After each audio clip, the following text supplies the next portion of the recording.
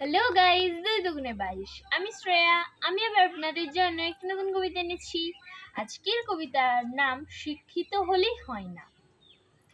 অনেক ছেলে শিক্ষিত হয়ে বাবাকে বানিয়েছে চাকর, বোঝে না সে মরার পরে দেহ খাবে পোকামাকড়। শিক্ষিত হলেই মানুষ হয় না, প্রমাণ আছে শত শত। দুনিয়াতে হাজার মানুষ থাকলেও হবে না কেউ বাবার মতো।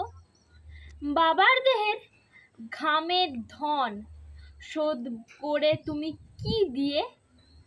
বাবার ঘাড়ে চড়ে তুমিই আজ চলছো দাম ফি দিয়ে। বাবার চোখের জলের অভিশাপ কখনো শান্তি দিবে না।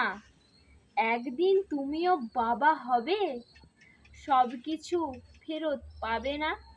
মনে রেখো 16 আনা। নমস্কার।